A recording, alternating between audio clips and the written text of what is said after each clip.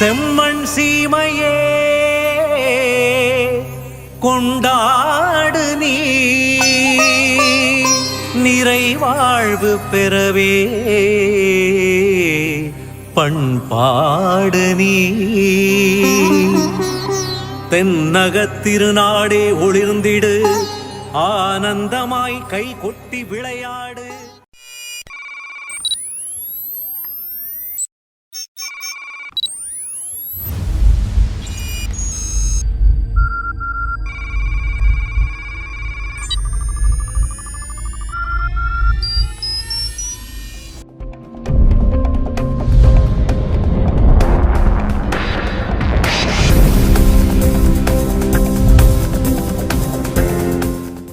தவக்கால சிறப்பு சிந்தனை. அன்பும் அருளும் நிறைந்த சகோதர சகோதரிகளே, இறைவனின் சமாதான வாழ்த்துக்கள். தவக்காலம் என்பது மனமாற்றத்திற்கும் மன்னிப்பிற்கும் புதுப்பிப்பிற்குமான புனிதமான காலமாகும். 40 நாட்கள் நீளும் இந்த ஆன்மீக பயணம் நம்மை உள்ளார்ந்த சிந்தனைக்கு தூண்டி இறைவனுடன் நெருங்கிய உறவை ஏற்படுத்த அழைக்கிறது. ஜெபம், நோன்பு, தானம் என்ற 3 தூண்களை மையமாக கொண்டு நம் வாழ்வை திருத்தி அமைக்கும் அரிய வாய்ப்பாக தவக்காலம் அமைந்துள்ளது. இந்த அருள்மிகு காலத்தை சிறப்பிக்கும் விதமாக ஒவ்வொரு வெள்ளிக்கிழமையும் மற்றும் புனித வார நாட்களிலும் நம் மறைமாவட்டத்தின் மேதகு ஆயர் அவர்களும் அருள் தந்தையர்களும் சிறப்பு சிந்தனைகளை வழங்க இருக்கிறார்கள். இச்சிந்தனைகள் வெறும் உரைகளாக அல்ல, மாறாக நம் இதயத்தை தொட்டு மாற்றத்தை உருவாக்கும் ஆன்மீக வழிகாட்டுதலாக இருக்கும். குறிப்பாக புனித வாரம் என்பது இயேசு கிறிஸ்துவின் வேதனை, சிலுவை மரணம் மற்றும் உயிர்த்தெழுதலை நினைவுகூரும் உன்னதமான நாட்களாகும். இயேசு கிறிஸ்து அவர்களின் தியாக அன்பை ஆழமாக தியானிக்கவும் நம் வாழ்வில் அந்த அன்பை நடைமுறைப்படுத்தவும் இந்நாட்கள் நம்மை அழைக்கின்றன. மேலும் புனித வாரம் நமக்கு தாழ்மையையும் கீழ்ப்படிதலையும் தியாகத்தையும் கற்றுத்தருகிறது. குருத்தோலை ஞாயிறு முதல் உயிர்த்த ஞாயிறு வரை நடைபெறும் இந்த நாட்களில் ஒவ்வொரு நாளும் தனித்துவமான ஆன்மீக அர்த்தத்தை கொண்டுள்ளது. இந்த அர்த்தங்களை ஆழமாக உணர உதவும் வகையில் ஆயர் அவர்களும் அருள் தந்தையர்களும் வழங்கும் சிந்தனைகள் அனைவருக்கும் ஆன்ம பலமாக இருக்கும். அன்பானவர்களே, இந்த தவக்காலத்தில் நாம் வெறும் வழக்கமான சடங்குகளுக்குள் மட்டுப்படாமல் உண்மையான மனமாற்றத்தை நாடுவோம். நம் குடும்பங்களில் அமைதியை வளர்த்து கொள்வோம். தேவை உள்ளவர்களுக்கு கருணை காட்டுவோம். வெறுப்பை விடுத்து அன்பை தேர்ந்தெடுப்போம். இவ்வாறு ஒவ்வொரு வெள்ளிக்கிழமையும் மற்றும் புனிதவார நாட்களிலும் வழங்கப்படும் இந்த சிறப்பு சிந்தனையை தொடரில் அனைவரும் கலந்து கொண்டு ஆன்மீக வளர்ச்சியின் பாதையில் முன்னேற அன்போடு அழைக்கின்றேன். இறைவன் நம்மை வழிநடத்தி இந்த தவக்காலத்தை அர்த்தமுள்ள பயணமாக மாற்ற அருள் புரிவாராக. எங்கு போகிறீர் இயேசு தெய்வமே, எனக்காய் சிலுவையை சுமக்கும் தெய்வமே. எங்கு போகிறீர் இயேசு தெய்வமே.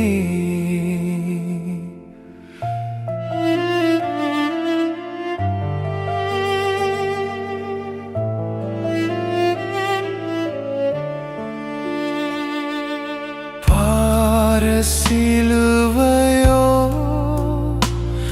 என் பாவ சிலுவையோ நீர் சுமந்தது என் பாவ சிலுவையோ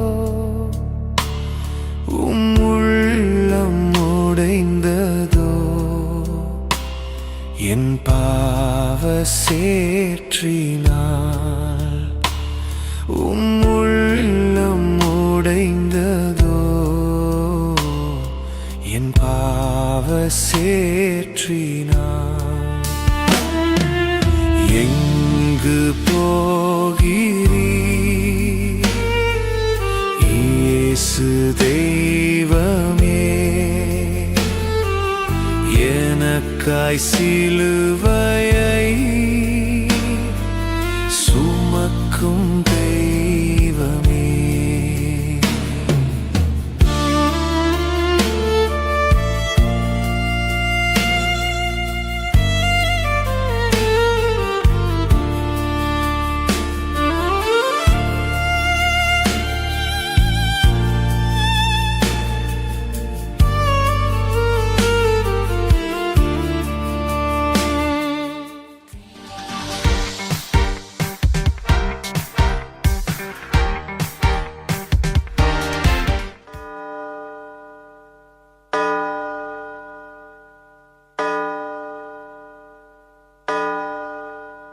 ஆண்டவர் உங்களோடு இருப்பாராக,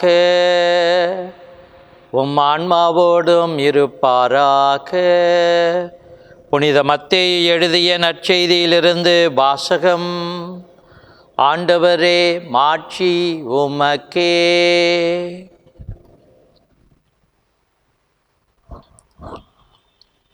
இயல் 5 இறை வாக்கியங்கள் 20 26 முடிய. இயேசு தாம் சீடரை நோக்கி கூறியது: மறைநூல் அறிஞர் பரிசேயர் ஆகியோரின் நெறியை விட உங்கள் நெறி சிறந்திருக்கட்டும். இல்லையெனில் நீங்கள் விண்ணரசுக்குள் புக முடியாது என உங்களுக்கு சொல்லுகிறேன்.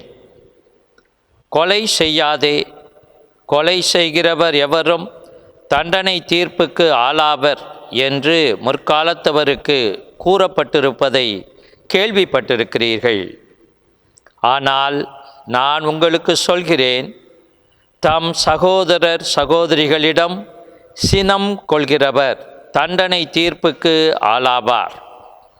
தம் சகோதரரையோ சகோதரியையோ முட்டாளே என்பவர் தலைமை சங்க தீர்ப்புக்கு ஆளாவார். அறிவிலியே என்பவர் எரி நரகத்துக்கு ஆளாவார். ஆகையால் நீங்கள் உங்கள் காணிக்கையை பலிபீடத்தில் செலுத்த வரும்பொழுது உங்கள் சகோதரர் சகோதரிகள் எவருக்கும் உங்கள் மேல் ஏதோ மனத்தாங்கல் உண்டென அங்கே நினைவுற்றால், அங்கேயே பலிபீடத்தின் முன் உங்கள் காணிக்கையை வைத்துவிட்டு போய் முதலில் அவரிடம் நல்லுறவு ஏற்படுத்தி கொள்ளுங்கள். பின்பு வந்து உங்கள் காணிக்கையை செலுத்துங்கள். உங்கள் எதிரி உங்களை நீதிமன்றத்துக்கு கூட்டிச் செல்லும்போது வழியிலேயே அவருடன் விரைவாக உடன்பாடு செய்து கொள்ளுங்கள். இல்லையேல் உங்கள் எதிரி நடுவரிடம் உங்களை ஒப்படைப்பார். நடுவர் காவலரிடம் ஒப்படைக்க நீங்கள் சிறையில் அடைக்கப்படுவீர்கள். கடைசி காசு வரை திருப்பிச் செலுத்தாமல் அங்கிருந்து வெளியேற மாட்டீர்கள் என உறுதியாக உங்களுக்கு சொல்கிறேன். இது கிறிஸ்து வழங்கும் நற்செய்தி. கிறிஸ்துவே உமக்கு புகழ். இறை இயேசுவில் அன்பிற்குரிய சகோதரிகளே, குழந்தைகளே, சகோதரர்களே, புத்த பெருமான் தன்னுடைய சீடர்களுக்கு கோபத்தை கையாளுவதற்கான ஒரு குட்டி கதையை சொன்னார். ஒரு கிராமத்திலே ஒரு பெண்மணி குடும்பத்தில் வாழ்ந்து வருகிறார்கள். அவர் முன்கோபம் உடையவர். எதற்கெடுத்தாலும் கோபத்தோடு பேசி குடும்பத்தில் உள்ளவர்களுடைய மனங்களை புண்படுத்தினார். இதை குறித்து அவரே பிறகு மனம் வருந்துவார். இவ்வாறு ஒரு நாள் அவள் சிந்தித்து கொண்டிருக்கையிலே முனிவர் ஒருவர் அந்த பெண்ணின் வீட்டிற்கு வருகிறார். அந்த பெண் தன்னுடைய குறையை முனிவரிடம் எடுத்து சொல்கின்றார். அப்போது அந்த முனிவர் அந்த பெண்ணிடம் தன்னுடைய பையிலிருந்து ஒரு சிறிய பாட்டிலை எடுத்து கொடுத்து, இந்த சொட்டு மருந்தை உனக்கு கோபம் வரும்போதெல்லாம் உனது நாவிலே 4 துளிகள் வைத்து வாயை நீ மூடிக்கொண்டிருக்க வேண்டும். 10 நிமிடங்கள் பேசாமல் இருக்க வேண்டும். அப்போது உன்னுடைய கோபம் மறைந்துவிடும் என்று கூறுகிறார். அந்த பெண்மணியும் அந்த மருந்தை வாங்கி தான் கோபப்படும் போதெல்லாம் நாவிலே 4 துளிகள் விட்டு வாயை 10 நிமிடங்கள் மௌனமாக மூடிக்கொண்டிருந்தார். நாட்கள் செல்லுகின்றன. மீண்டுமாக அந்த முனிவர் 1 மாதம் கழித்து வரும்போது அந்த பெண் மகிழ்ச்சியோடு தன்னுடைய கோபமும் முன்கோபமும் மறைந்து விட்டது, நீங்கள் கொடுத்த அந்த சொட்டு மருந்தானது சிறப்பானதாக இருக்கிறது என்று கூறினார். முனிவர் புன்னகை செய்து கொண்டே, நான் கொடுத்த மருந்து என்பது வெறும் நீர்த்துளிகள்தான், ஆனால் கோபம் குறைவதற்கு உண்மையான காரணம் உன்னுடைய மௌனம்தான் என்று கூறுகிறார். பிரியமான சகோதரிகளே, குழந்தைகளே, சகோதரர்களே, இன்றைய நற்செய்தி ஒரு அற்புதமான பகுதி. நாம் இயேசுவின் நற்செய்தியின் இரத்தின சுருக்கமாக மத்தேயு நற்செய்தி 3 இயல்களை குறிப்பிடலாம். 5, 6, 7. மழைப்பொழிவின் விளக்கமாகத்தான் 6, 7 அதிகாரங்கள் அமைந்துள்ளன. 5வது அதிகாரத்தின் பின்பகுதியும் மழைப்பொழிவின் விளக்கம் என்று கூறலாம். மோசே பெற்ற 10 கட்டளைகளுள் ஒன்றுதான் கொலை செய்யாதே. கொலை செய்யாதே என்பது இவர் தண்டனை தீர்ப்புக்கு ஆளாவார். ஆனால் மோசேவாகிய இயேசு கொலைக்கு இட்டு செல்லும் கோபத்தை பற்றி எடுத்துரைக்கிறார். கோபம் 2 வகைப்படும். சட்டென தோன்றி மறையும் கோபம், உள்ளத்தில் கனன்று கொண்டிருக்கும் கோபம். காயினின் உள்ளத்தில் கனன்று கொண்டிருந்த கோபம்தான் ஆபேலை கொலை செய்ய ஏதுவாக இருந்தது. எனவே இயேசு சிந்தனையில் கோபம் கொள்வது, சொற்களில் கோபத்தை வெளிப்படுத்துவது, பிறரை பற்றி இகழ்ச்சியாக பேசுவது, இவற்றை தவிர்க்க அழைக்கின்றார். பிரியமான சகோதரிகளே, சகோதரர்களே, குழந்தைகளே, இன்றைய உலகில் வன்முறைக்கு பஞ்சமில்லை. அன்றாட வாழ்வில் கோபத்திற்கு பஞ்சமில்லை. சர்வசாதாரணமாக கொலைகள் நிகழ்கின்றன.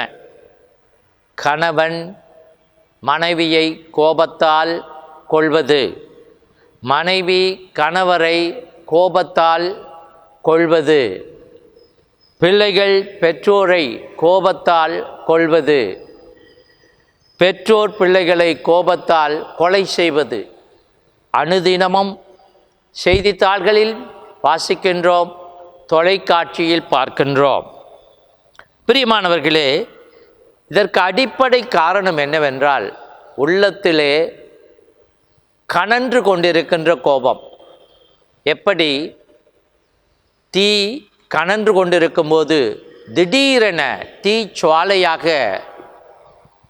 வெளிப்படுகின்றதோ அதே போலதான் உள்ளத்தில் கனன்று கொண்டிருக்கின்ற கோபம் திடீரென அது கோபம் நிறைந்த சொற்களாகவும் இறுதியிலே கொலை செய்யக்கூடிய அளவிற்கு இட்டுச் செல்கின்ற காரணமாகவும் அமைகிறது. பிரியமானவர்களே, சிந்தனையில், சொற்களில், செயல்களில் வன்முறையை தவிர்க்க ஆண்டவர் அழைக்கின்றார். வன்முறை என்பது முதலில் நமது சிந்தனையில் தோன்றி சொற்களில் வெளிப்பட்டு செயல்களாக அமைகின்றது. பிரியமானவர்களே, இகழ்ச்சியாக பேசி ஒருவரின் நற்பெயரை அழிப்பதையும் தவிர்ப்போம். ஒருவரின் நற்பெயரை அழிப்பதும் கொலைக்கு சமம். பிரியமானவர்களே, தவத்தின் அடையாளம் தவ உடை மட்டுமல்ல, நாம் அணிகின்ற ஜெபமாலைகள் மட்டுமல்ல. தவத்தின் அடையாளம் கனிவுள்ள இதயம், கனிவுள்ள வார்த்தைகள். எனவேதான் ஆண்டவர் இயேசு கூறுவார், கனிவுடையோர் பேறு பெற்றோர், ஏனெனில் அவர்கள் நாட்டை உரிமை சொத்தாக்கிக் கொள்வர். அன்புக்குரியவர்களே, மனிதர்களை பிடிக்க வேண்டுமென்றால் கனிவுடைய சொற்கள் தான்.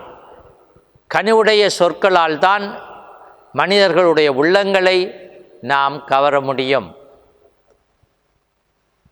பிரான்சிஸ் சலேசியார் கூறுவார், ஒரு சொட்டு தேனை கொண்டு நாம் பல்லாயிரம் ஈக்களை கூட கவர முடியும் என்று. கனிவுடைய உள்ளம், கனிவுடைய சொற்கள் மனிதர்களை நம்பால் ஈர்க்கும். இயேசுவின் சீடர்களுடைய ஒரு அற்புதமான அடையாளம்தான் கனிவுடைய உள்ளம். இது நற்செய்தியின் இரண்டாவது சிந்தனையாக, தவக்காலம் என்பது நம்முடைய உறவுகளை சீர்படுத்தக்கூடிய காலம். இறைவனோடும், அயலாரோடும், நம்மோடும், இயற்கையோடும் நம்முடைய உறவுகளை சீர்படுத்தி கொள்ளும் காலம். பிரியமானவர்களே, மனத்தாங்கள், கசப்புணர்வு வருவது மனித இயல்பு. நமது உறவுகளிலே, குடும்ப உறவுகளிலே, நண்பர்களுக்கு இடையே, சமுதாயத்திலே இந்த மனத்தாங்கள், கசப்புணர்வுகள் வருவது அன்றாட வழக்கமாக இருக்கிறது. ஆனால் பிரியமானவர்களே, இருவருக்கு இடையே வருகின்ற மனக்கசப்பு இன்றைக்கு இரு குடும்பங்களுக்கு இடையே பகையாக மாறுவதை பார்க்கின்றோம். இரு குழுக்களுக்கு இடையே சண்டைகளாக மாறுவதை பார்க்கின்றோம். அது மட்டுமல்ல, ஆறாத புண்களாக இருப்பதை பார்க்கின்றோம். இன்றைய சமூகத்தில் குடும்ப சண்டைகள், ஜாதிய வன்முறைகள், மதவெறி வன்முறைகள் இதற்கு எடுத்துக்காட்டாக இருக்கின்றன. ஒரு குழு மற்றொரு குழுக்கு பகையாளிகளாக அடையாளப்படுத்தப்படுகின்றார்கள். இப்படிப்பட்ட பகை, வர்மம், வைராக்கியத்தை கடந்து ஒப்புரவாக ஆண்டவராகிய இயேசு நம்மை அழைக்கின்றார். தவக்காலத்திலே நாம் இந்த ஒப்புரவை மேற்கொள்வோம். இறைவனோடும் அயலாரோடும் ஒப்புரவாகுவதற்கு தான் நமது திரு அவை ஒப்புரவு அருட்சாதனத்தை நமக்கு தருகின்றது. ஒப்புரவு அருட்சாதனத்தின் போது நாம் நமது வர்மம், பகை, வைராக்கியத்தை அங்கு குருக்களிடம் எடுத்து சொன்னால் மட்டும் போதாது. அதை கடந்து நாம் யாரோடு பகையோடு இருக்கின்றோமோ, வர்மத்தோடு இருக்கின்றோமோ, வைராக்கியத்தோடு இருக்கிறோமோ அவர்களோடு நல்லுறவு கொள்ள நம்மை தவக்காலம் அழைக்கின்றது. பிரியமான சகோதர சகோதரிகளே, புதிய மோசேவாக 10 கட்டளைகளுக்கு அற்புதமான விளக்கத்தை ஆண்டவர் இன்று தருகிறார். அதிலும் குறிப்பாக கொலைக்கு இட்டு செல்லும் கோபத்தை தவிர்க்க அழைக்கின்றார். கோபம் என்பது வார்த்தைகளில் வெளிப்படுகிறது. வார்த்தைகளில் வெளிப்படுவதற்கு முன்பு சிந்தனையில் தோன்றுகிறது. அது கனன்று கொண்டிருக்கின்ற ஒன்றாக இருக்கும்போது கொலைவெறிக்கு இட்டு செல்கிறது. எனவே ஆண்டவரிடம் கனிவுள்ள உள்ளத்தை தர, பொறுமையை தர, சில வேளைகளிலே கோப சூழலிலே மௌனம் காக்க அருளை வேண்டுவோம். ஆமீன்.